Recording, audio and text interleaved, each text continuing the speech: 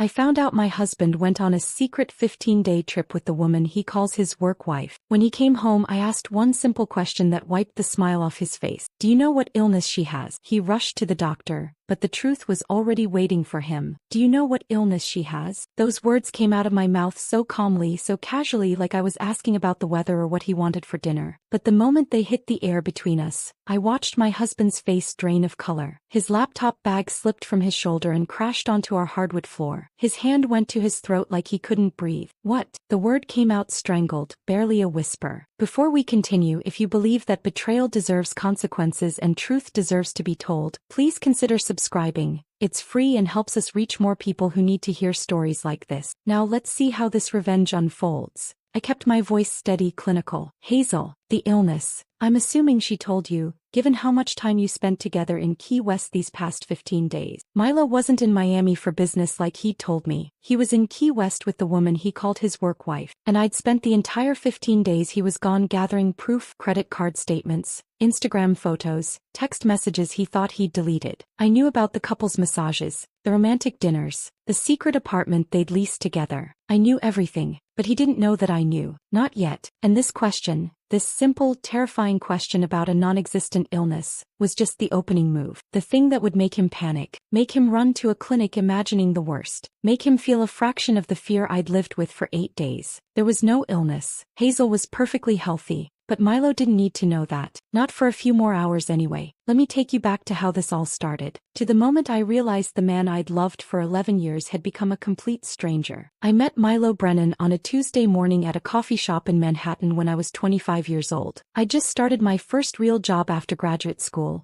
working at a nonprofit that helped refugees settle in New York. The work was overwhelming and meaningful in equal measure, and I was running on 3 hours of sleep in desperation for caffeine. The barista called out an order and handed me a black coffee. I stared at it, confused because I'd ordered a vanilla latte. Before I could say anything, the man behind me in line spoke up. That's actually mine, but you look like you need the caffeine more than I do. He smiled when he said it. Not the practiced smile of someone trying to pick up women in coffee shops, but something genuine. The kind of smile that made his eyes crinkle at the corners. I'd laughed, tried to hand him the cup, and somehow we ended up talking for 20 minutes while both our drinks got cold. His name was Milo. He was 27, worked in corporate sales, and admitted he was also running late but couldn't bring himself to care anymore. He asked about my work, actually listened to my answers and remembered details. 2 days later, he showed up at my office with a vanilla latte and a napkin with his phone number written on it. That was Milo then. Thoughtful. The kind of man who texted to make sure you got home safe after drinks with friends. Who remembered your mother's birthday without being reminded. Who brought you soup when you had a cold even though he was terrified of getting sick himself. We dated for 2 years. Not the whirlwind romance of movies, but something steadier. We had dinner in cramped Brooklyn restaurants we couldn't afford, arguing good-naturedly about which neighborhood had the best pizza. We took weekend trips to the Catskills, hiking trails neither of us was properly equipped for, laughing when we got lost. We had late-night conversations about the future we'd build together, the trips we'd take, the apartment we'd get, the life we'd create. He proposed on a Wednesday evening while we were doing dishes together in his tiny apartment. No grand gesture, no public spectacle, just him turning to me with sudsy hands and saying,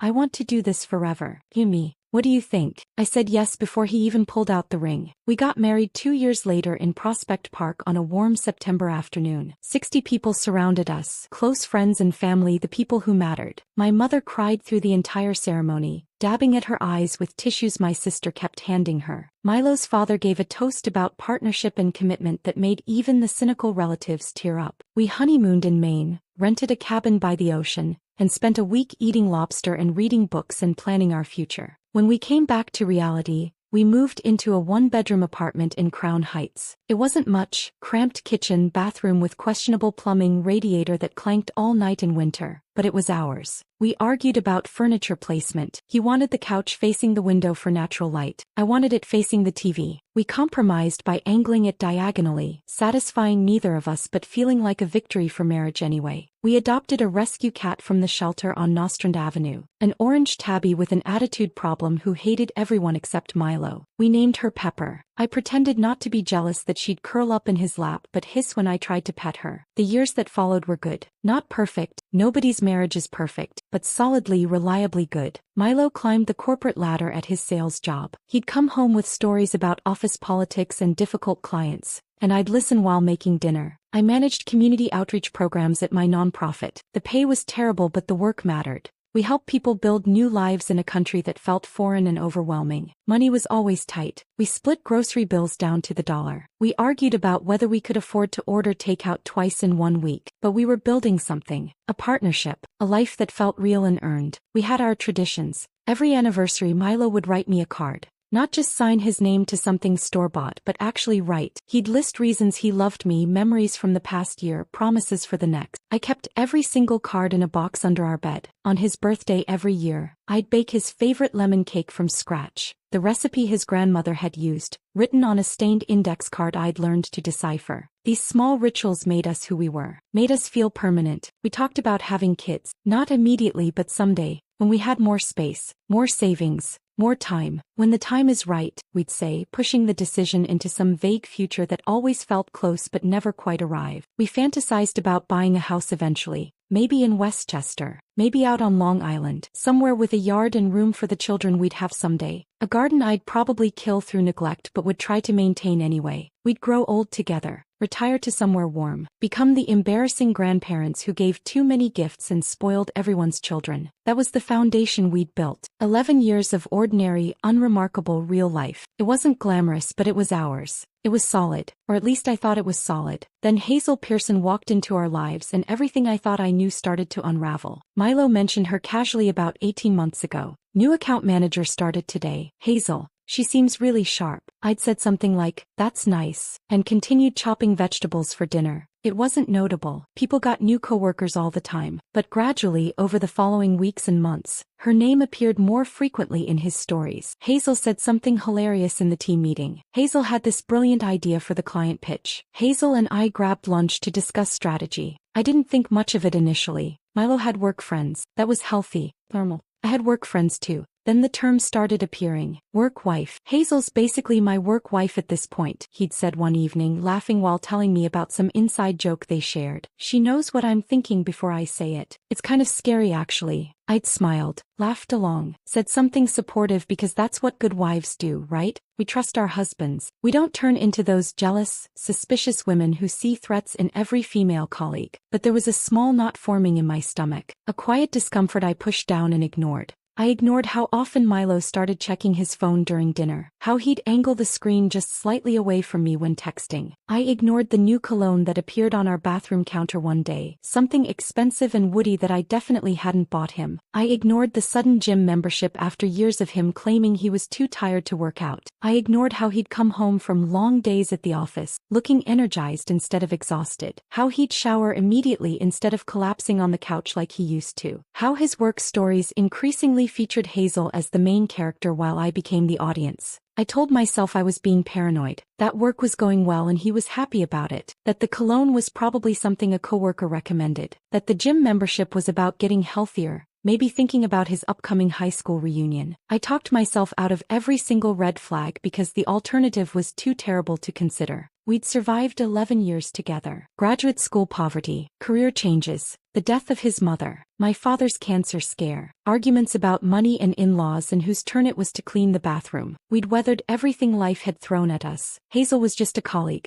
just a work wife, nothing more. That's what I told myself. That's what I needed to believe. Because if I was wrong, if there was something more happening, it would mean that everything I'd built was a lie, that the man I'd trusted completely had been deceiving me, that our marriage, our partnership, our 11 years together, was crumbling while I stood by oblivious. I couldn't face that possibility, so I didn't. I ignored every warning sign, every instinct that told me something was wrong, every small change in his behavior that didn't quite add up. I ignored it all until 3 months ago when Milo came home with news about a business trip to Miami. The trip that would finally force me to see what I'd been refusing to see all along. The trip where everything I'd been ignoring would become impossible to deny. But I'm getting ahead of myself. Let me tell you about that announcement. About how he sold me the lie so convincingly that I actually helped him pack for it. About how I kissed him goodbye and wished him luck. having no idea that I was sending my husband off on a romantic vacation with another woman. 3 months ago, Milo came home from work on a Tuesday evening with news he could barely contain. He was practically vibrating with excitement as he dropped his briefcase by the door. "I got it," he said, grinning wider than I'd seen in months. "The Miami account. They want me to lead the entire pitch." I looked up from the nonprofit grant proposal I'd been reviewing at our kitchen table. "That's amazing. When do you present?" "That's the thing." He pulled out his laptop, already opening his calendar. "They want us down there for the full process. Multiple presentation rounds, strategy sessions, relationship building. It's going to be about 2 weeks. 2 weeks. That was longer than his usual 3-day conferences. But this was clearly important to him. His entire face was lit up with the kind of professional pride I hadn't seen in a while. "The client is pretty demanding," he continued, clicking through what looked like a detailed itinerary. "Back-to-back meetings, working dinners every night. It's going to be intense, but this could change everything for my career." VP Track Isla. "This is VP Track material." I got up and hugged him. "I'm so proud of you.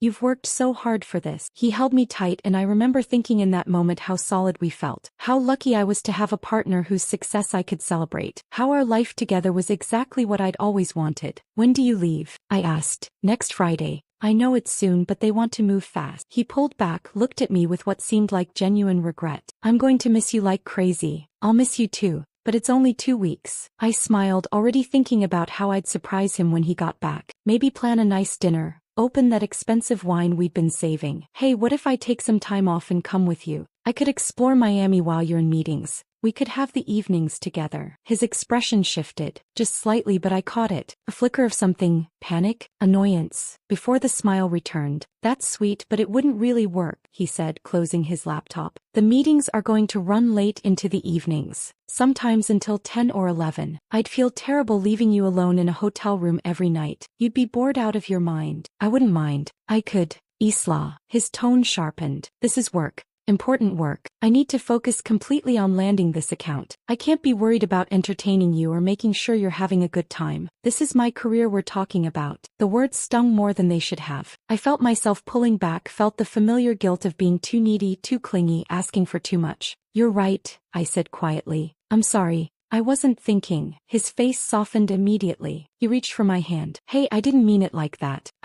This is a huge opportunity and I need to be completely focused. You understand, right?" I nodded. I did understand, or at least I thought I did. The next 2 weeks before his departure, Milo threw himself into preparation. He practiced his presentations in our living room while I listened and offered feedback. He revised slides late into the night. He took conference calls at odd hours, always stepping into our bedroom and closing the door for privacy. "Clients in a different time zone," he'd explain when I asked. "Easier to catch them early morning or late evening." I helped him pack. We stood at our bedroom closet together, debating which shirts looked most professional, which ties conveyed confidence without arrogance. I reminded him to pack his phone charger, his good dress shoes, the lucky cufflinks his father had given him. The morning he left, I kissed him goodbye at our apartment door, straightened his collar, told him to make us proud. "I'll call you every night," he promised, hugging me tight. "Even if it's late." "I'll be waiting," I said. He rolled his suitcase down our hallway and disappeared into the elevator. I stood in our doorway watching until the doors closed,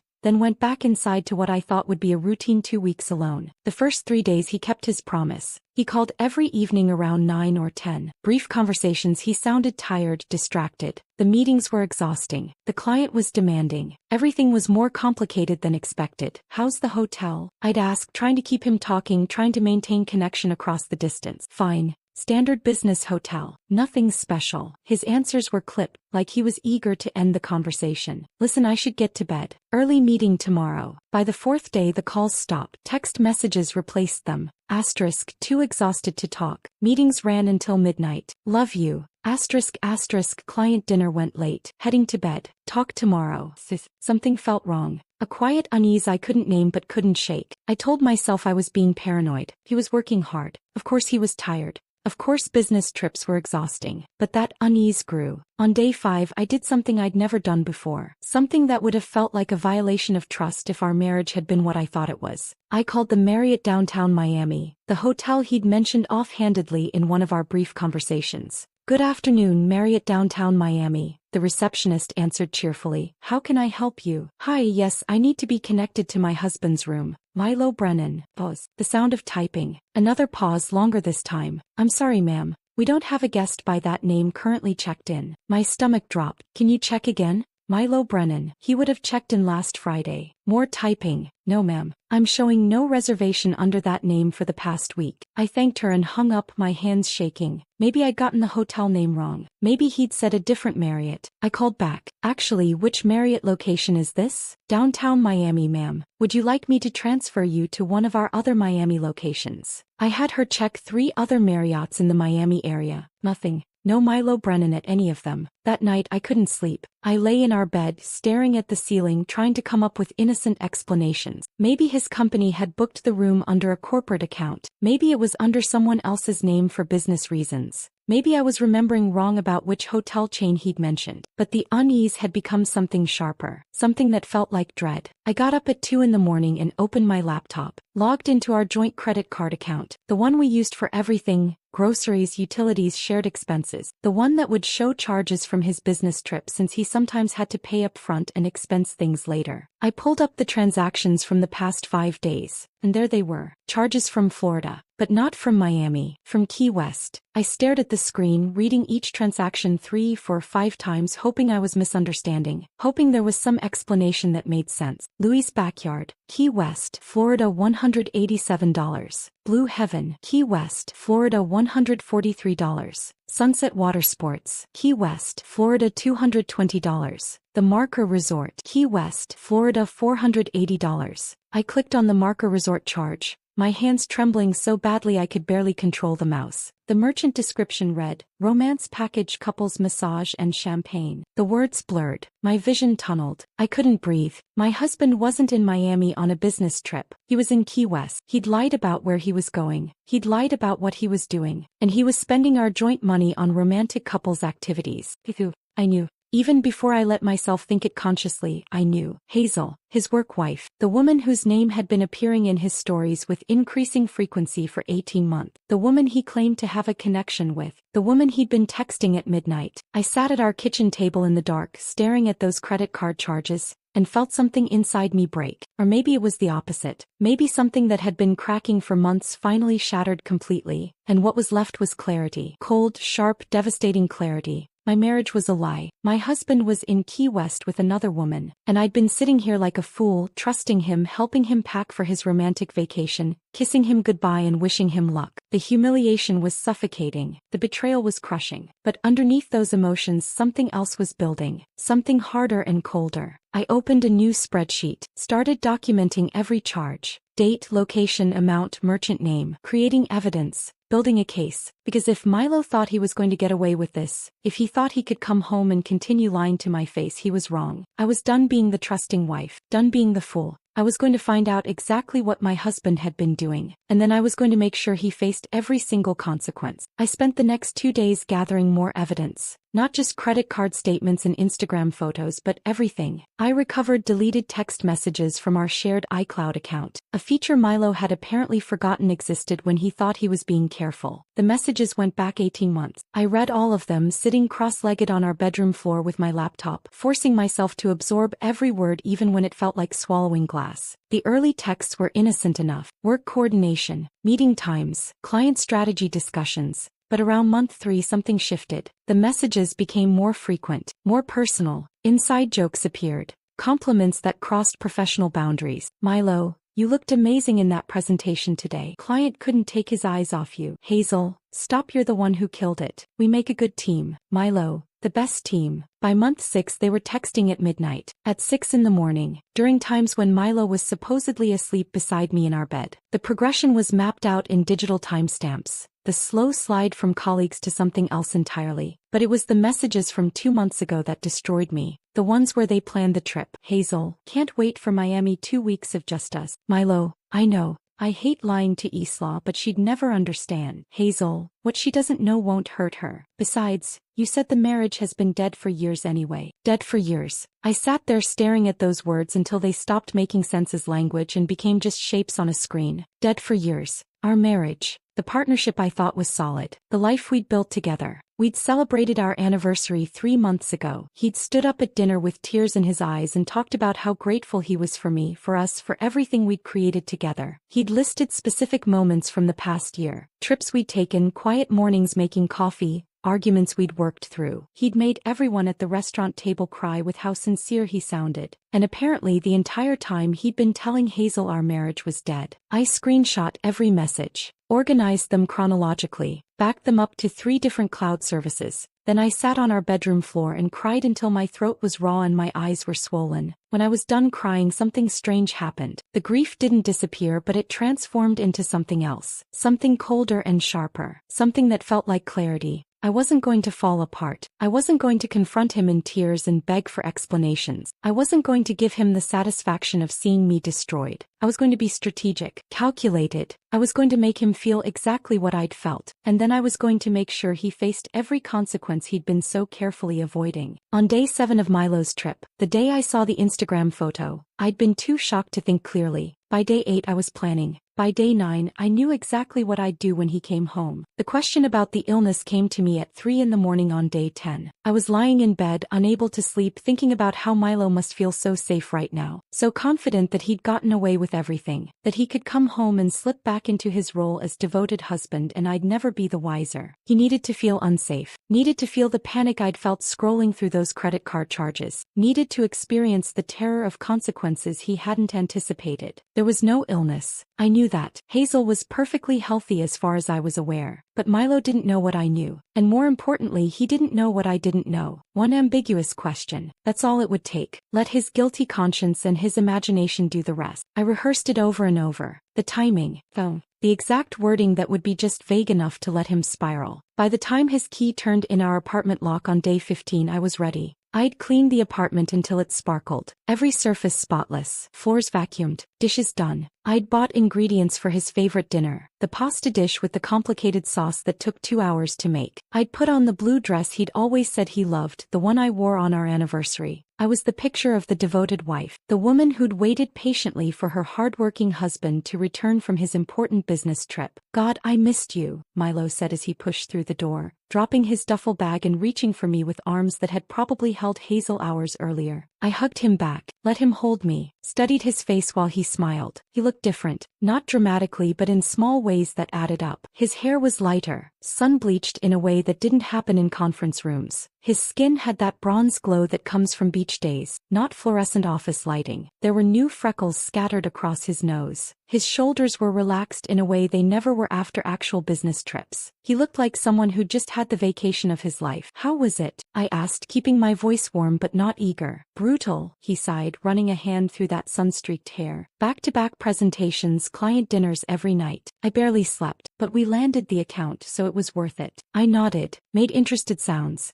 asked follow-up questions. Was the hotel nice? Standard business hotel. Nothing special. You know how those places are. How was the weather in Miami? Hot, humid, classic Florida. He was already moving toward the bedroom with his suitcase. I need a shower. I feel disgusting from the flight. Every word out of his mouth was a lie, and he delivered them so smoothly, so confidently, like he'd had 15 days to practice his story and now he was performing it flawlessly. I followed him to the bedroom, watched him unpack, watched him sort through clothes that smelled like ocean air and expensive resort laundry detergent. I'm sure Hazel was a big help with the presentation, I said casually, like I was making conversation. He froze. Just for a second, just long enough. His hand paused in the middle of pulling a shirt from his suitcase. His shoulders tensed. Then he forced himself to relax, to keep moving, to act natural. Hazel? Yeah, she did great. You know her. Always prepared, really pulled her weight. But his voice was too bright, too casual. The tone of someone working very hard to sound normal. I nodded slowly. I do know her. That's why I was surprised when I found out. The silence that followed was beautiful. I counted it in my head. 3 seconds of him standing there frozen, trying to figure out what I meant, what I knew, how much danger he was in. Found out what? His voice had changed. The false brightness was gone. Now he sounded wary. I didn't answer immediately, just looked at him, let the silence stretch. Let his imagination start working. Let him wonder. Then I turned and walked toward the kitchen. I'm making your favorite for dinner, I called over my shoulder. The pasta with the complicated sauce. It'll be ready in about an hour. I heard him follow me, heard him hovering in the doorway, uncertain. His confident homecoming energy had evaporated completely. Now he looked like someone who just realized he might be standing on unstable ground. I pulled out vegetables, a cutting board, a knife, started prepping dinner with deliberate calm. Let him watch. Let him wonder what I knew. Let his guilt and paranoia do the work for me. Isla. His voice had an edge now. What did you find out? What are you talking about? I turned to face him, knife in hand, expression neutral. And then I asked the question that would change everything. Do you know what illness she has? The color drained from his face like someone had pulled a plug. His laptop bag, still slung over his shoulder, slipped off and crashed to the floor with a thud that echoed through our small apartment. What? The word came out strangled, barely a whisper, kept my voice level, clinical, like I was discussing the weather. Hazel, the illness. I'm assuming she told you, given how much time you spent together these past 15 days. I watched it happen in real time, watched his hand go to his throat, watched his face cycle through confusion, panic, horror, watched him start making connections, imagining consequences, spiraling into exactly the fear I wanted him to feel. Isla, I don't. What are you talking about? But even as he said it, his other hand was reaching for his phone. Already planning to call Hazel. Already panicking. It's serious, Milo. The kind of thing that doesn't just go away. The kind of thing that spreads through close contact. I paused. Let that sink in. You'll want to get tested. Today probably. The clinic on Flatbush is open until 7. I turned back to my vegetables. Started chopping. The knife hit the cutting board in steady rhythmic thuds. Behind me I heard Milo's breathing accelerate. What illness? His voice was rising now, cracking. Isla, what the hell are you saying? What's wrong with Hazel? I didn't turn around, just kept chopping with meticulous precision. The clinic closes at 7, I repeated calmly. Better hurry. I heard him frantically trying to call Hazel. Once, twice, 3 times.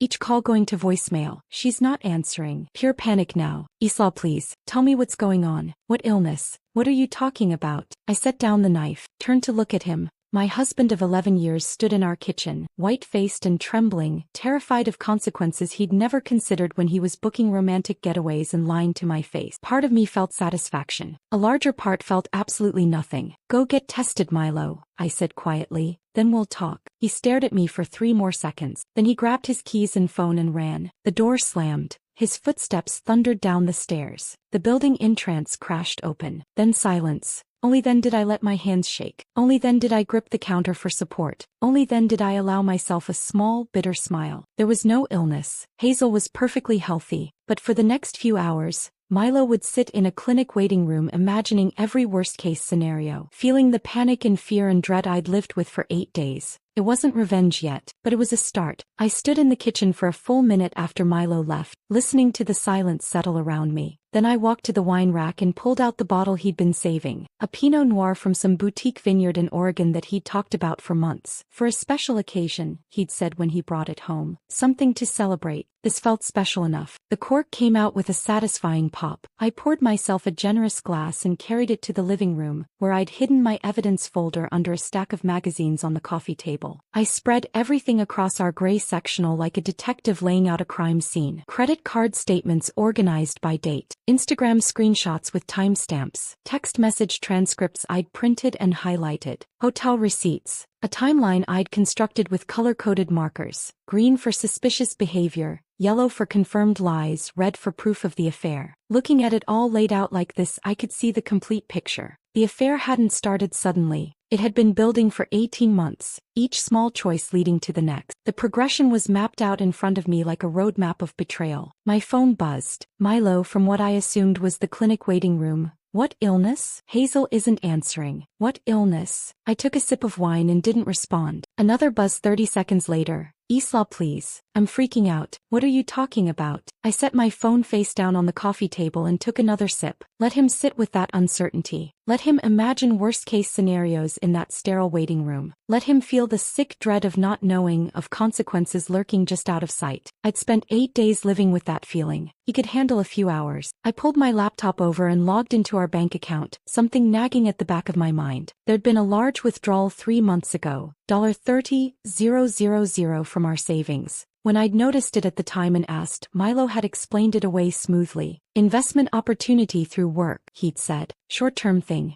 We'll get it back with interest in 6 months. Trust me. I trusted him. Of course I had. Why wouldn't I? But now, sitting here surrounded by evidence of his lies, that explanation felt hollow. I started searching our apartment for any paperwork related to that transfer. I found it in the bottom drawer of his desk, buried under old tax returns and expired insurance documents. A manila folder with Williamsburg apt written on the tab in his handwriting. Inside was a lease agreement, 2-bedroom apartment on North 6th Street in Williamsburg. Prime location, probably expensive as hell. Signed by Milo Brennan and Hazel Pearson. Move-in date, December 1st. 3 weeks from now. Security deposit, $6,000. First month's rent, $4,200. Last month's rent, $4,200. That accounted for $14,400 of the missing money. I flipped through more papers. Receipts from West Elm and CB2. They'd already ordered furniture. A gray sectional, not unlike the one I was currently sitting on. A reclaimed wood dining table. A bedroom set in what the receipt described as modern minimalist style. There were paint swatches stapled to one of the papers. Pale blue for the living room, sage green for the bedroom. Someone, probably Hazel based on the handwriting, had written notes in the margins. This one, calming and sophisticated. They hadn't just been having an affair. They'd been building a home together, choosing furniture, picking out paint colors, planning a life. The lease was for 2 years with an option to renew. 2 years. They'd committed to 2 years together. This wasn't a fling. This wasn't a mistake. This was a calculated exit strategy from our marriage and a planned entrance into a new life with her. I took photos of every page with shaking hands, added them to my evidence folder, backed everything up to the cloud. Then I poured another glass of wine because the first one wasn't doing its job anymore. My phone buzzed again, 3 times in rapid succession. They're running tests now. Full panel. This is insane. Why won't you answer me? Hazel still isn't picking up. What is going on? I ignored all of it and opened my laptop again. If Milo had hidden a lease agreement, what else was buried in our shared computer that I'd never thought to look for? I found his messages app still synced to the desktop. I'd already read his texts with Hazel, but I hadn't checked his conversations with anyone else. I started with his brother Ryan. Ryan had been at our apartment for dinner 2 weeks ago. He'd brought wine and told funny stories about his new job. He'd hugged me goodbye and told me to take care of myself. He'd seemed genuinely warm and kind. But scrolling through his messages with Milo, I found something different. From 3 months ago, right around when Milo signed that lease. Ryan, are you seriously doing this? Leaving Isla for your coworker? Milo, it's not that simple. Isla and I have been drifting for years. Hazel gets me in ways Isla never did. Ryan, dude, you've been married 11 years. You don't just throw that away because someone at work gets you. That's not how marriage works. Milo, I'm not throwing it away. It's already gone. I'm just making it official. Ryan, does Isla know any of this? Milo, not yet. I'll tell her after the holidays. No point ruining everyone's Christmas. Ryan, this is going to destroy her. Milo, she'll be fine eventually. People get divorced all the time. He's strong. She'll land on her feet. I stared at that last message. She'll be fine eventually. Like I was some minor inconvenience, some obstacle to overcome on his path to happiness with Hazel. Ryan knew. Milo's brother had known for 3 months that my husband was planning to leave me, and he'd said nothing. He'd sat at our dinner table eating the food I'd cooked, laughing at jokes, pretending everything was normal. Another betrayal to add to the collection. I kept scrolling, found messages to his parents from 2 months ago where he'd started laying groundwork. Milo, just wanted to give you guys a heads up that Isla and I have been having some problems. Nothing catastrophic, but things have been tense. We might need some space to figure things out. Setting up the narrative, making it seem mutual, making it seem like our marriage had been failing gradually rather than being actively destroyed by his choices. I found messages to his coworkers in a group chat. Coworker, you and Hazel seem pretty close lately. Anything we should know about? Milo, we're just friends. Work friends. She's good at what she does and we collaborate well. Different lies for different audiences. To Ryan, he admitted the affair but framed himself as the victim of a dead marriage. To his parents, he suggested we were both struggling. To his coworkers, he denied everything. To Hazel, he'd said our marriage had been dead for years. The sheer complexity of maintaining all these separate stories was staggering. He must have been exhausted keeping track of what he'd told whom. My phone rang this time instead of buzzing with a text. Milo calling. I let it go to voicemail. It rang again 30 seconds later. Voicemail again. Then a text. Please pick up. They're asking me questions I don't know how to answer. What am I supposed to tell them? I took another sip of wine and went back to my laptop. There was one more thing I needed to check. One more timeline I needed to verify. I pulled up Hazel's text with Milo again. but this time I searched for a specific date. The day I'd miscarried. The day I'd called him 17 times and gotten 2 irritated responses. I found the messages easily. Hazel, 11:23 a.m. The exact time I'd been sitting in the ER waiting room. Can't believe we still have 5 more days here. This has been perfect. Milo, 11:31 a.m. I know. I never want it to end. Real life is going to suck when we get back. Hazel, 11:45 a.m. We don't have to go back to real life. We could make this our real life. The apartment. Actually being together instead of hiding. Milo, 11:52 a.m. soon. After the holidays. I promise. Just a couple more months and we can stop pretending. Hazel, 12:03 p.m. I love you. Milo, 12:07 p.m. I love you too. That entire exchange had happened while I was bleeding through my clothes in a hospital waiting room. While I was cramping and terrified and desperately trying to reach him. While I was losing our baby alone. He'd been texting his mistress about their perfect vacation and their future together and how much he loved her. I'd called him at 12:15 p.m. He'd answered annoyed. Isla, I'm in the middle of something. Can this wait? It couldn't wait, but I hadn't told him that. Hadn't wanted to burden him during his important business trip. Had still been trying to be the supportive wife. The full weight of it hit me then. Not just the affair. Not just the lies. But the timing. The specific cruelty of him planning his exit from our marriage while I was losing the baby we'd made together. I'd spent the last 8 days wondering if maybe I could forgive him. If maybe we could work through this. If maybe the affair was a symptom of problems in our marriage that we could address. But looking at these messages, looking at the timeline of his betrayal layered over the timeline of my loss, I knew there was nothing left to salvage. Milo hadn't made a mistake. He'd made hundreds of choices, each one deliberate, each one moving him further away from me and closer to her. And he'd done it all while I was being faithful, trusting, devoted. I'd been a fool,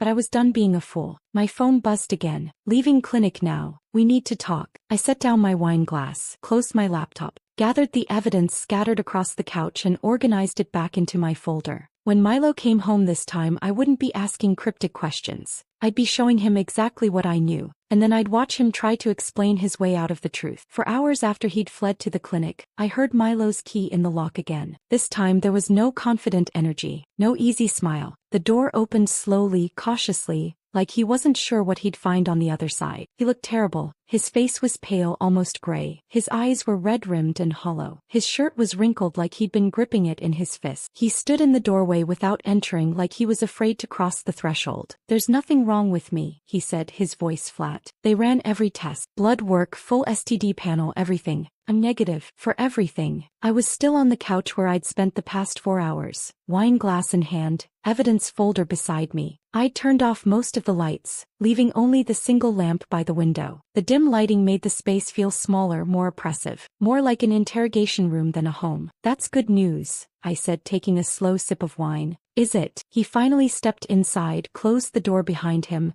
but stayed leaning against it like he needed the support. Because you sent me to a clinic thinking I'd been exposed to what, exactly? You never said what illness Hazel supposedly has. His voice wavered between relief and confusion, between gratitude that he was healthy and anger that I'd put him through that panic. That's because Hazel doesn't have an illness, Milo. I set down my wine glass with deliberate care. She's perfectly healthy as far as I know. The confusion on his face would have been funny if the situation weren't so devastating. I watched him try to process what I'd just said, watched the gears turning as he tried to understand. Then why? He started. Because I needed you to feel it. I cut him off. The panic, the fear, the sick dread of wondering what consequences are coming for choices you thought were consequence-free. I leaned forward slightly. I needed you to sit in that clinic waiting room and imagine the worst, because that's what I've been doing for the last 8 days. 8 days. He moved away from the door, took a few tentative steps toward me, then stopped. Isla, what are you talking about? What happened 8 days ago? His voice had shifted to that placating tone he used when he was trying to smooth things over. The tone that used to work on me because I wanted to believe everything was fine. The tone that made me feel like I was overreacting or being unreasonable. But I wasn't that woman anymore. I picked up my phone from the coffee table, opened Sarah's email, held up the Instagram screenshot so Milo could see it clearly. I watched his face change, watched shock register first, then recognition, then something that looked like resignation. The mask he'd been wearing, the concerned, confused husband, crumbled completely. Key West, I said quietly, not Miami. With Hazel, for 15 days. He opened his mouth, closed it, opened it again. Isla, I can explain.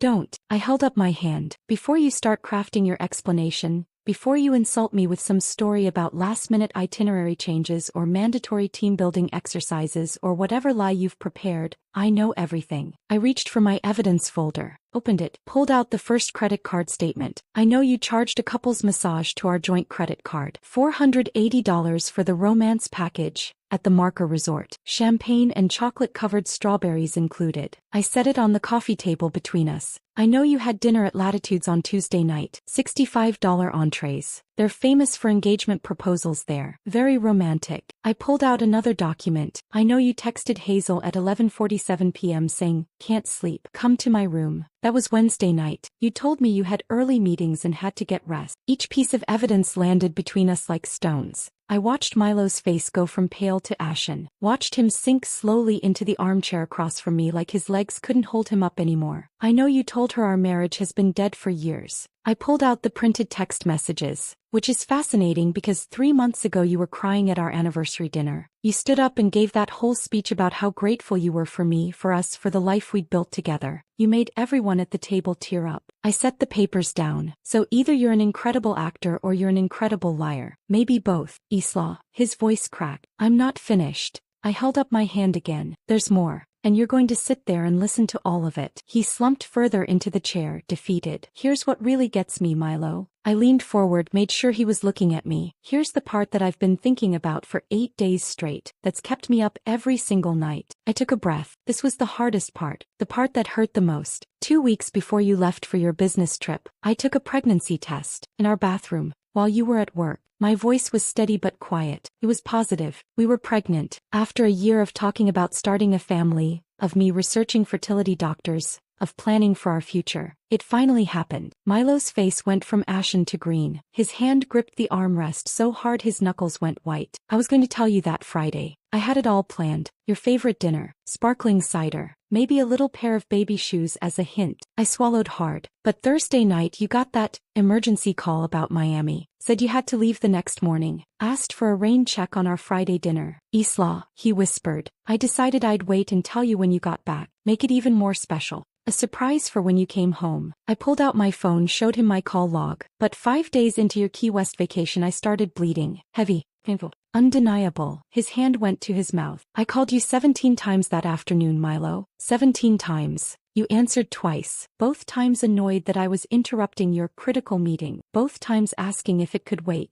I showed him the texts between him and Hazel from that day, the ones I'd found earlier. You want to know what you were doing while I was calling you? While I was bleeding and terrified and needed you. I read them aloud. Can't believe we still have 5 more days here. This has been perfect. That was Hazel at 11:23 a.m. You responded at 11:31. I know. I never wanted to end. Real life is going to suck when we get back. Milo looked like he was going to be sick. I drove myself to the ER, sat alone in the waiting room, listened to a doctor I'd never met explain that I was miscarrying. 8 weeks along, nothing they could do. These things happen. My voice finally cracked. I came home to this empty apartment and grieved alone while you were getting couples massages and texting your mistress about how much you loved her. The silence that followed was absolute. Milo sat frozen in the chair, his face the color of chalk. There was a baby, he finally whispered. There isn't anymore. I finished my wine in one long swallow. And you weren't here for any of it because you were too busy lying to my face and building a life with someone else. He started crying, actually crying. His shoulders shook. Tears ran down his face. Isla, I'm so sorry. God, I'm so sorry. If I'd known, if you'd told me. You didn't know because you didn't answer your phone. My control finally snapped. You didn't know because you were too busy betraying me to care what was happening at home. I stood up, grabbed the lease agreement I'd found earlier, and threw it onto the coffee table between us. Let's talk about what you did know. Let's talk about this. Milo looked down at the papers. His face went even paler. A 2-bedroom apartment in Williamsburg.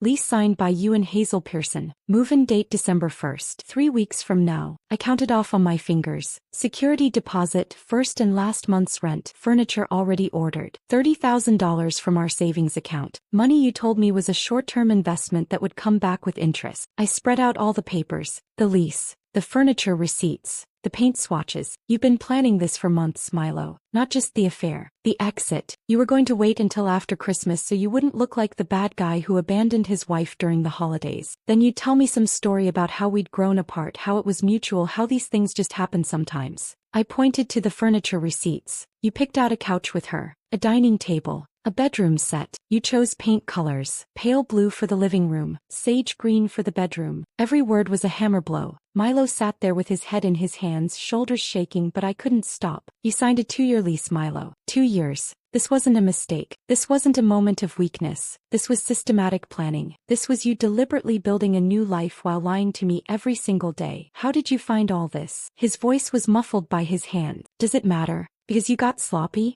Because you underestimated me. I laughed, bitter and sharp. You thought I was too trusting to question you, too comfortable in our marriage to suspect anything, too invested to look for evidence. I gestured to the Instagram photo still displayed on my phone. You got caught by social media, Milo. Some random woman at a bachelorette party posted a photo of you and Hazel looking like newlyweds at a romantic restaurant. My college roommate's cousin. She recognized you and sent it to Sarah, who forwarded it to me. I shook my head. All your careful planning, all your separate lies to different people, all your encrypted text messages and secret credit cards. And you got caught because you forgot about Instagram. Milo finally looked up at me. His face was wet with tears. His eyes were red and swollen. I never meant to hurt you, he said. But you did. You are. I stayed standing. Every second you sit there trying to make yourself feel better with apologies doesn't change anything. The silence stretched between us. Outside I could hear traffic from the street. Someone's TV playing through the thin walls. Normal life continuing while ours fell apart. What happens now? Milo finally asked. I looked at him. This man I'd loved for 11 years. This stranger who'd become a person I didn't recognize. Now, I said quietly. Now you leave. Now you leave. The words hung in the air between us. Milo stared at me like he was waiting for me to take them back, to soften them,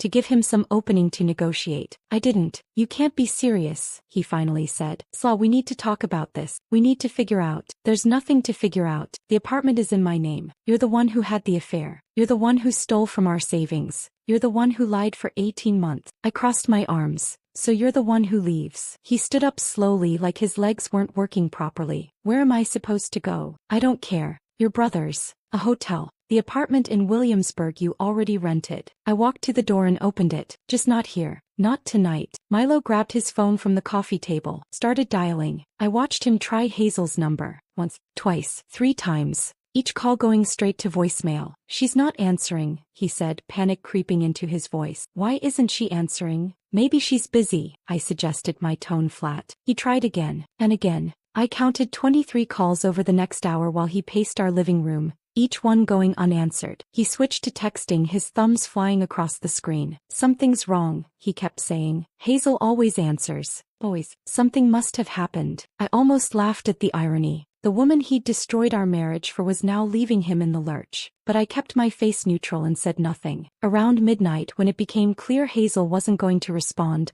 Milo finally grabbed some clothes and left. I heard him on the phone in the hallway calling his brother Ryan, asking if he could crash there for a few days. I locked the door behind him and stood in the sudden silence of the apartment. Our apartment. My apartment now. Then I poured myself another glass of wine and waited. The next morning I woke to 17 missed calls from Milo. I ignored all of them and made coffee. Around 10 he showed up at the door. I didn't let him in, just stood in the doorway blocking his entrance. Hazel's gone, he said. He looked like he hadn't slept. His eyes were bloodshot, his clothes wrinkled. She called in sick to work. Indefinite leave. Her roommate said she packed up and left last night. Just disappeared. Hey, I said. Okay, that's all you have to say. His voice rose. Isla, she won't answer my calls. She won't respond to texts. I went to her apartment and her roommate said she seemed upset, said something about needing space and just left. Where would she go? I sipped my coffee. I have no idea, Milo. She's your girlfriend. You should know her better than I do. Don't call her that. He ran his hands through his hair. It wasn't like that, wasn't it? You signed a lease with her, picked out furniture, planned a life together. What would you call it? He had no answer for that. I need to come in, he said. Get more of my things. Fine.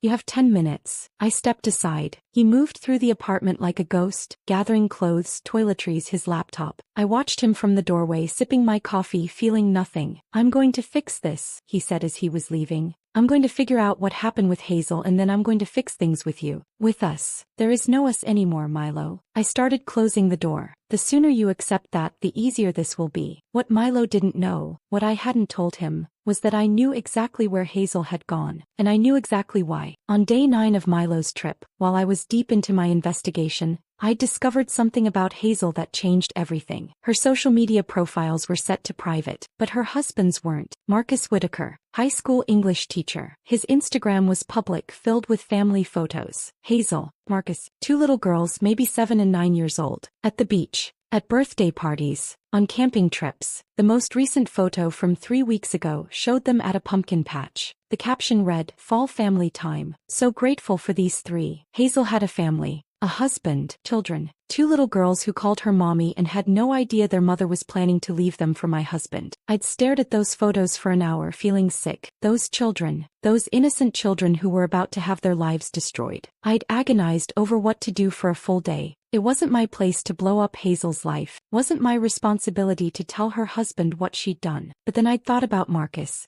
about how he was being lied to just like I was, about how he deserved to know the truth before Hazel could spin her own version of events. I'd created an anonymous email account, attached every piece of evidence I had, the Instagram photos, the hotel receipts, the text messages between Hazel and Milo planning their future together. I'd titled the email simply, "I'm sorry you have to find out this way," and I'd sent it to Marcus's school email address, which was listed on the high school's website. 3 days after Milo came home, my phone rang from an unknown number. "Is this Isla Brennan?" The voice was male, hoarse, like he'd been crying. "Yes." "Who's this?" "Marcus Whitaker, Hazel's husband." He paused. "I think we need to talk about our spouses." We met at a small coffee shop in Brooklyn the next afternoon. I recognized him immediately from his Instagram photos, though he looked older now, tired. His eyes were kind but sad. "Thank you for meeting me," he said as we sat down with our coffees. "I know this must be strange. No stranger than anything else that's happened this week." He pulled out his phone. "Did you send me that email? The anonymous one?" I hesitated, then nodded. "I'm sorry. I know it wasn't my place, but don't apologize." He set his phone on the table between us. "I needed to know. I deserved to know." He looked at me. "How long have you known about them?" 8 days. "You?" 4. He rubbed his face. "Hazel told me she was going to Florida for a girls' trip. Old college friends. Said they'd been planning it for months. She sent me photos every day. Beaches, restaurants, telling me she missed me and the girls. Milo told me it was a work trip to Miami. Critical client pitch. Sent me photos of conference rooms." Marcus shook his head. "They coordinated everything. The timing, the lies. She even used old photos of our daughters and posted them as Instagram stories so I'd think everything was normal." I showed him my credit card statements. They charged everything to our joint accounts. $480 for a couple's massage. Romantic dinners every night. "I found their lease," Marcus said quietly, "for the apartment in Williamsburg. She told me she'd withdrawn $15,000 from our savings for a teaching certification program. It was her half of their secret love nest." His voice cracked. "My daughter's college fund. She stole from her own children." We sat in silence for a moment. "How old are your girls?" I asked.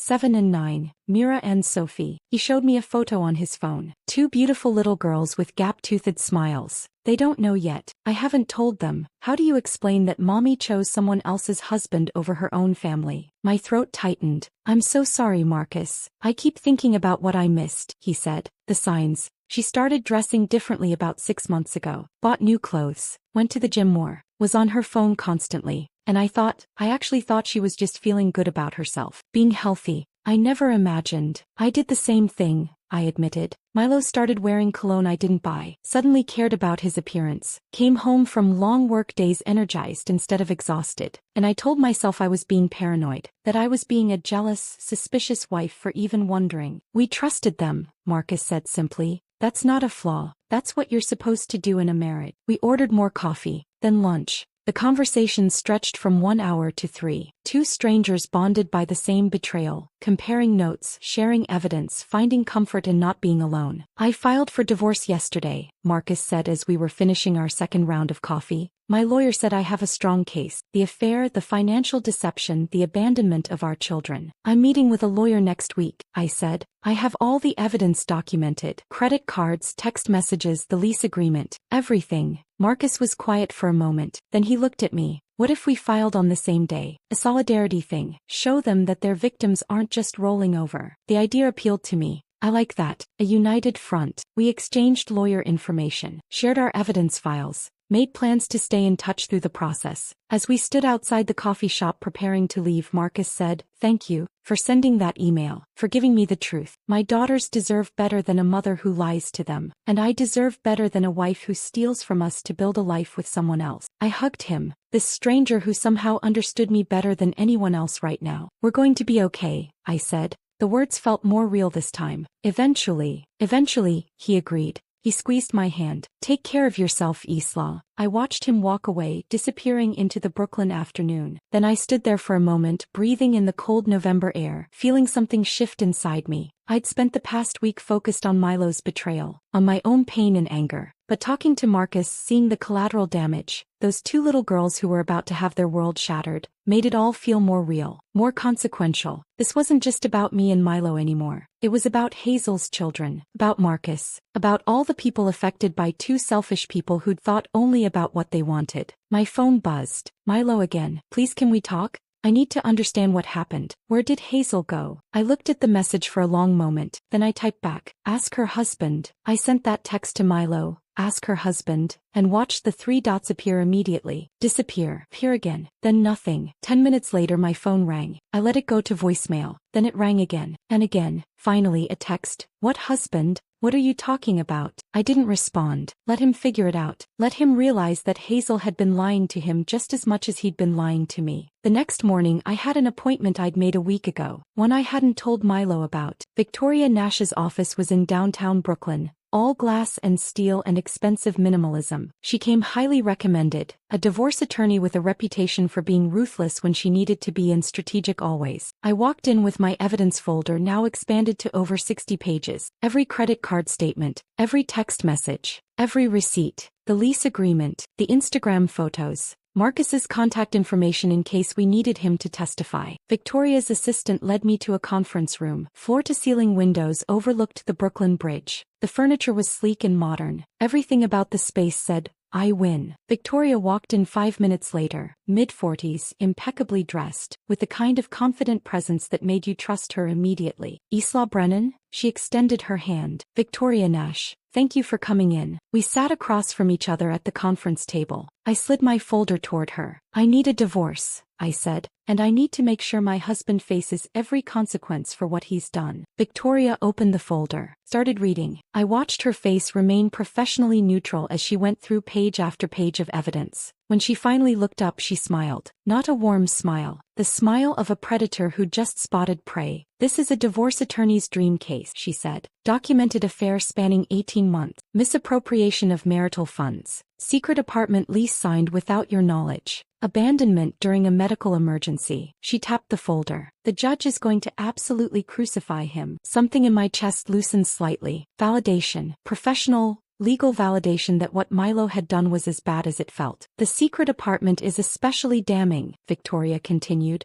"This isn't a moment of weakness or a mistake. This is premeditated abandonment. He was planning his exit while stealing from your joint savings." She flipped to another page. $30,000. Without your knowledge or consent. That's financial fraud. She looked at me directly. "What do you want out of this, Isla? What's your goal?" I'd been thinking about this question for days. "I want the apartment. It's in my name anyway, but I want it official. I want compensation for every dollar he spent on her. Every romantic dinner, every hotel room, every expense that should have been ours but went to them." I paused. "And I want the truth on record. I want it documented that he had an affair, that he stole from me, that he abandoned me during a medical emergency. I don't want him able to tell people we just grew apart, or make it sound mutual. I want everyone to know exactly what he did." Victoria nodded, making notes. "Then we file for fault divorce citing adultery and financial misconduct. We document everything, every lie, every stolen dollar, every betrayal. We make it impossible for him to rewrite this story." "How long will it take?" "Depends on whether he fights it. If he's smart and takes a settlement, maybe 6 to 8 weeks. If he forces us to trial," he shrugged, "could be 6 months. But given the evidence you have, I don't think he'll want a trial. Everything you've documented will become public record. His employer will see it, his family, everyone." Something about that felt right. Not revenge exactly, but justice, truth, accountability. "Let's file," I said. The next 3 weeks were a blur of paperwork and strategy sessions. Victoria was thorough, methodical. She went through every document, cross-referenced everything, built the case like she was preparing for trial even though she thought we'd settle. Always prepare for the worst, she told me. Hope for settlement, plan for war. Milo tried everything to avoid the lawyers. Showed up at the apartment at 7 in the morning before I left for work, looking disheveled and desperate. Isla, please. We can work this out. We don't need lawyers. This doesn't have to get ugly. I stood in the doorway, blocking his entrance. It's already ugly, Milo. It got ugly when you lied to me for 18 months, when you stole our savings, when you left me alone during the miscarriage. I didn't know about the baby, because you didn't answer your phone. My voice rose despite my attempt to stay calm. You didn't know because you were too busy betraying me to care what was happening at home. His face crumpled. If I'd known, I would have come home. I would have been there. Would you? I asked quietly. Or would you have been annoyed that I was interrupting your romantic vacation?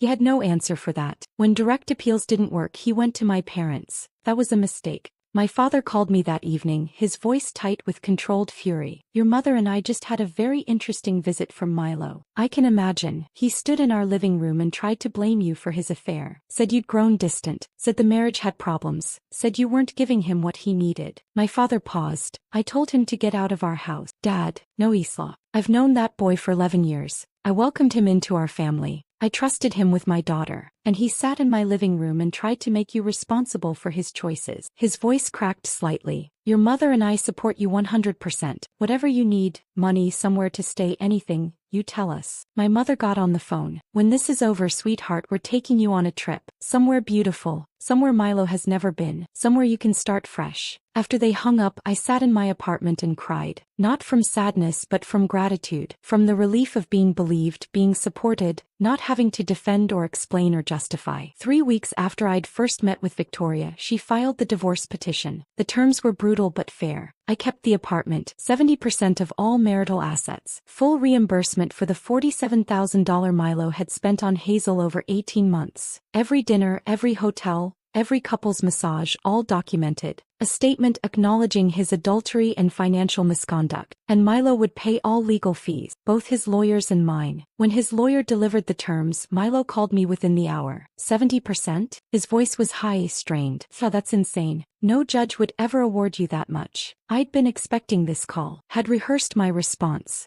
Actually, Victoria thinks a judge would award me more. Once they hear about the financial fraud, the secret apartment, the abandonment during a medical emergency. 70% is generous. This is vindictive. You're trying to punish me. I'm trying to be compensated for what you took from our marriage. If you'd rather go to trial and have all of this become public record, including testimony from Hazel's husband about how your affair destroyed his family and hurt his 2 young daughters, we can do that. Your choice. Silence. Long and heavy. Hazel's husband knows? His voice was barely a whisper. Marcus knows everything. We've compared notes. He's willing to testify about the impact on his children if this goes to trial. More silence. You contacted him. It wasn't a question. You told him. I gave him the same truth I got. The same evidence. He deserved to know what his wife was doing. You destroyed everything, Milo said, his voice hollow. You systematically destroyed both our lives. I documented what you destroyed, I corrected. There's a difference. You made the choices. You had the affair. You stole the money. You signed the lease. I just made sure everyone knew the truth. He hung up without responding. 6 weeks later, we reached a settlement. Milo's lawyer had advised him that going to trial would likely result in worse terms.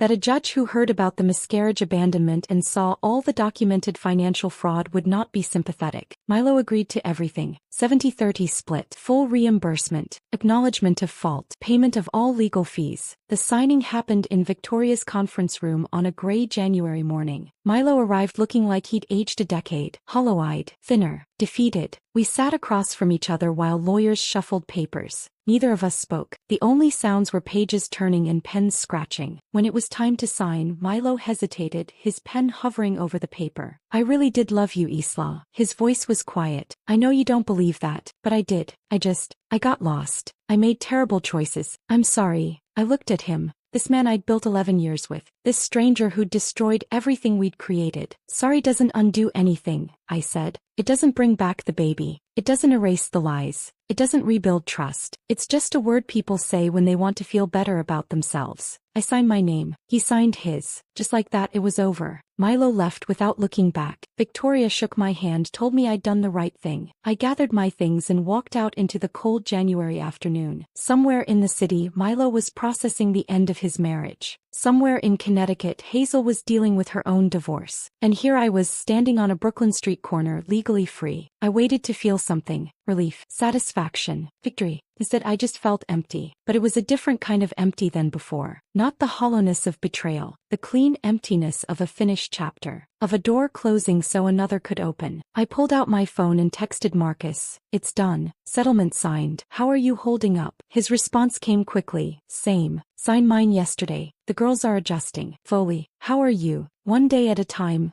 I typed back. That's all any of us can do, he replied. I put my phone away and started walking. Not toward home yet, just walking, through Brooklyn, past coffee shops and bookstores, past couples holding hands and parents with strollers, past all the normal life continuing around me. And for the first time in weeks, I felt like maybe I could eventually be part of that normal life again. Not yet, but someday. I walked through Brooklyn for over an hour after leaving Victoria's office, past the bookstore on Court Street where Milo and I used to browse on Sunday mornings, past the Italian restaurant where we'd celebrated our 5th anniversary, past the park where we talked about buying a house someday, raising kids, growing old together. Every block held a memory, every corner a ghost of who we used to be. By the time I got back to the apartment, it was dark. I stood in the doorway for a moment before going inside, suddenly aware that this was my space now, completely mine. No one else's belongings mixed with mine. No one else's schedule to coordinate with. No one else's preferences to consider. Just me. I walked through the rooms slowly, seeing them differently. The couch where I'd confronted Milo. The kitchen where I'd asked about the illness. The bedroom where he'd packed for Key West while lying to my face. Every space held the ghost of our marriage. The weight of what used to be here and wasn't anymore. I spent the next week in a strange fog. Going to work, coming home, existing but not really living. My co-workers tiptoed around me, offering sympathetic looks but not asking questions. My boss gave me lighter assignments without comment. Everyone knew I was getting divorced. No one knew what to say about it. The following Saturday, I decided to pack up Milo's remaining things. The items he'd left behind when he grabbed clothes that first night. His books on the shelves. His coffee mugs in the kitchen. The framed photo from our wedding that I'd taken down but hadn't thrown away. I worked methodically, boxing everything with the same systematic precision I'd used to gather evidence. Each item went into a box labeled with masking tape. His clothes. His books. His miscellaneous items. 12 years of accumulated life reduced to cardboard and packing tape. I texted him when I was done. Your things are packed. Pick them up this weekend. He showed up Saturday morning with hired movers. I watched from the living room window as they loaded box after box into a truck. Milo stood on the sidewalk, hands in his pockets, looking small and defeated. For a moment I almost felt sorry for him. Almost. Then I remembered the couple's massage, the romantic dinners, the 17 unanswered calls while I was losing our baby. And the sympathy evaporated. After they left, I sat in the empty living room and cried. Not for Milo, not for the marriage, but for the woman I'd been 3 months ago. The one who'd trusted completely, who'd believed in forever, who'd thought love was enough. That woman was gone, and I mourned her. My mother showed up around 7 that evening, let herself in with the spare key I'd given her years ago. She didn't ask if I was okay, didn't offer platitudes about time healing wounds. Just sat beside me on the couch and held my hand while I cried. When I was done, she made tea, ordered Thai food from the place down the street, stayed the night, sleeping beside me like she used to when I was little and had nightmares. You're going to be okay, she whispered in the dark. It doesn't feel like it now, but you will be. I wanted to believe her. 2 weeks after the divorce was finalized, Sarah came down from Boston for the weekend. We met at a wine bar in Park Slope, settling into a corner booth with a bottle of Pinot Grigio. Tell me everything, she said, from the beginning. So I did. The Instagram photo, the credit card charges, the confrontation, the miscarriage, the divorce settlement, all of it. Sarah listened without interrupting, her expressions cycling through shock, anger, and something that looked like fierce pride. The miscarriage, she said when I finished. Isla, you went through that alone. Why didn't you call me? Because I was ashamed, I admitted. I felt stupid for not seeing the affair earlier, like I should have known, like I'd failed somehow. You didn't fail. He did. Sarah grabbed my hand across the table. He betrayed you in the worst possible way and you survived it. More than survived, you fought back. That question about the illness. She laughed despite the serious conversation. That was brilliant. Terrifying but brilliant. We ordered a second bottle of wine. What you did, Sarah continued, gathering evidence, demanding accountability, sending that email to Hazel's husband, that wasn't vindictive. That was self-preservation. You refused to let them rewrite history. She raised her glass. To you. To surviving betrayal with your dignity intact. To being the kind of strong that scares mediocre men. We clinked glasses, and for the first time in months I felt something warm in my chest. Not happiness exactly, but the possibility of it. The knowledge that someday I might feel normal again. A month after the divorce, Marcus texted me. Custody hearing went well. Girls are staying with me. How are you holding up? We've been checking in sporadically. Two people bonded by the same betrayal, offering support from our unique position of understanding. One day at a time, I replied. How about you? Same. But we're still standing. That counts for something. We made plans to meet for coffee the following week. Marcus looked better than he had at our last meeting. Less hollow, more present. There was color in his face again. Life in his eyes. I told the girls yesterday, he said, stirring sugar into his coffee. Age-appropriate version. Just that mom and dad weren't going to be married anymore. That mom made choices that hurt our family. How'd they take it? Better than I expected. Worse than I hoped. He smiled sadly. They asked if it was their fault. Broke my heart. I told them absolutely not. That this was grown-up stuff they didn't need to worry about. We talked about logistics. His plans to stay in their house for stability. My consideration of moving to a different neighborhood. The practical details of rebuilding. Have you heard from Milo? Marcus asked. Once. An email apologizing. I didn't respond. Hazel sent me 3 handwritten letters, explaining her journey, how she found herself. He made air quotes. I burned them. I laughed. Actual laughter. Felt foreign but good. We're going to be okay, Marcus said as we were leaving. It doesn't feel like it most days, but I think we will be. Eventually, I agreed. On a cold February evening, I stood at my living room window looking out at Brooklyn. The city stretched before me, millions of lights and millions of windows. Each one a life, a story, some probably like mine, ending, rebuilding, surviving, others just beginning. The apartment felt different now. I'd rearranged furniture, painted the bedroom a soft gray, bought new curtains, small changes that made the space feel more mine and less ours. My phone buzzed. A text from an unknown number. Hi Isla, this is James from your building. We've crossed paths a few times in the lobby. Anyway, some neighbors are getting drinks tomorrow night if you'd like to join. No pressure. Just thought you might want to get out. James, for C. The guy with the kind smile who always held the elevator, who'd asked how I was doing during the worst of the divorce, who seemed genuinely nice without any agenda. A drink with neighbors, normal people doing normal things. It felt terrifying and exciting in equal measure. Maybe, I typed back, can I let you know tomorrow? Of course, hope you come. I set down my phone and looked back at the window, at my reflection in the glass, at the woman looking back at me. She looked older, tired,